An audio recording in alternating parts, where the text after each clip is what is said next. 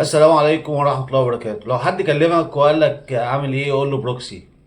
بروكسي كسب الزمالك 3-1 مع الرأفة. بروكسي اللي بيلعب درجة تانية كسب الزمالك النهاردة 3-1. طب ايه المشكلة؟ طبعا مشكلة. الزمالك حضرتك هيلعب يوم الجمعة الجاية بعد 6 أيام مع سيراميكا كليوباترا أحد الفرق المقدمة في بداية الدوري يوم 8. إذا مفيش وقت. اذا لو تقول لي بتجرب مين وبتجرب ازاي وبتجرب امتى؟ فريق بحجم وقيمة وعظمة الزمالك بداية غير مبشرة، وانا من واحد بقول لكم عن ثقة الزمالك هيقابل موسم كارثي. الزمالك السنة دي هيكون في منتصف الدوري، وده لأسباب كتير. التدعيمات اللي عملها نادي الزمالك السنة دي أقل ما يقال عليها حاجة كده على قد الإيد. الزمالك المنافس التقليدي للأهلي واحد قطبي الكرة المصرية، يوصل بيه الحال إن هو بيجيب لعيبة على قد الإيد. اللي هو عقده خلص، اللعيب اللي يوافق على شروط بتتنافس في أوروبا بس بشكل تاني طبعا، اللي هي تقبض مرتبك. جون ادوار يعني كان راجل سمسار في الأساس.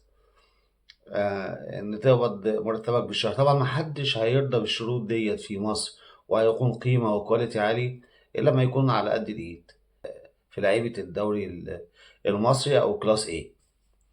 فالزمالك داخل على منعطف تاريخي، وبصراحة كانت غلطة أعتقد إن كابتن حسين لبيب اختيار كابتن، مع احترامي ليه والله.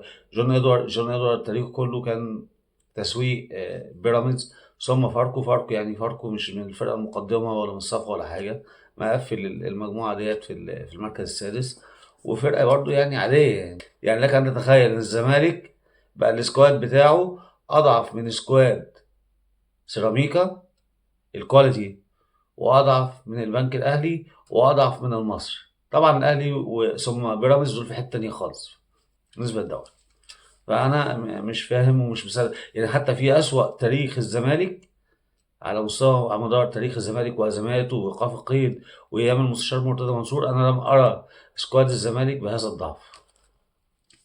وخطوة فيها مخاطرة يعني فول هاردلي، خطوة فيها مغامرة كبيرة جدا، إنك تمحي الجميع وتجيب واحد من خارج النادي. والراجل ما كانش مكسر الدنيا، ما كانش ماسك حاجة مثلا في برشلونة، في ريال مدريد، في مانشستر، في اليوفنتوس مثلا، كان أكاديمي وعايش بره وبتاع فترة كبيرة فدرس فنقول فيها حاجة حلوة.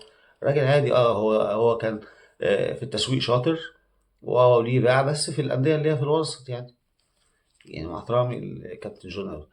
والمدرب يانيك فيريرا طبعا سيء الحظ، لسه مش هنحكم عليه، انما العينه باينه.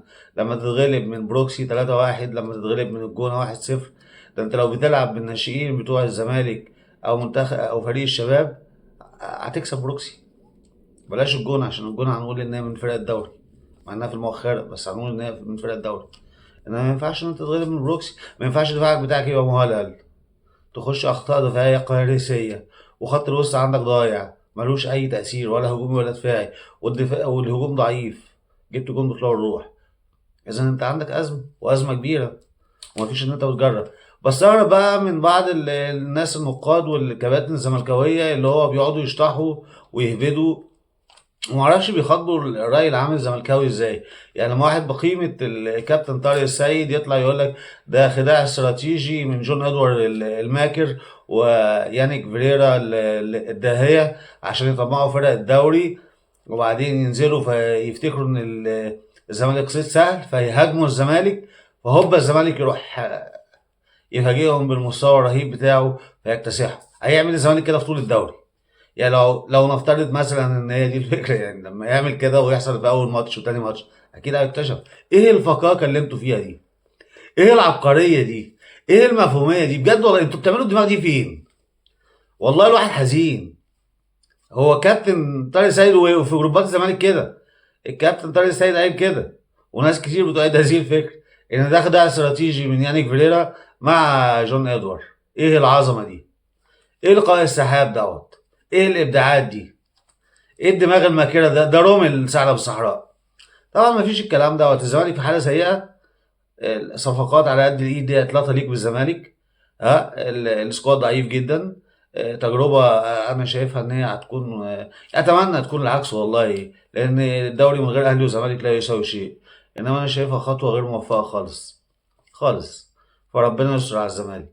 يعني أنت لك أن تتخيل الدوري هيبدأ وأنت مغمض كده، الأهلي والبيراميدز في حتة تانية، بعديهم السكواد الأعلى، بعديهم على طول البنك الأهلي، سيراميكا كليوباترا، المصري، ثم الزمالك بقى يجي بعديهم. ده وصل لحال الزمالك.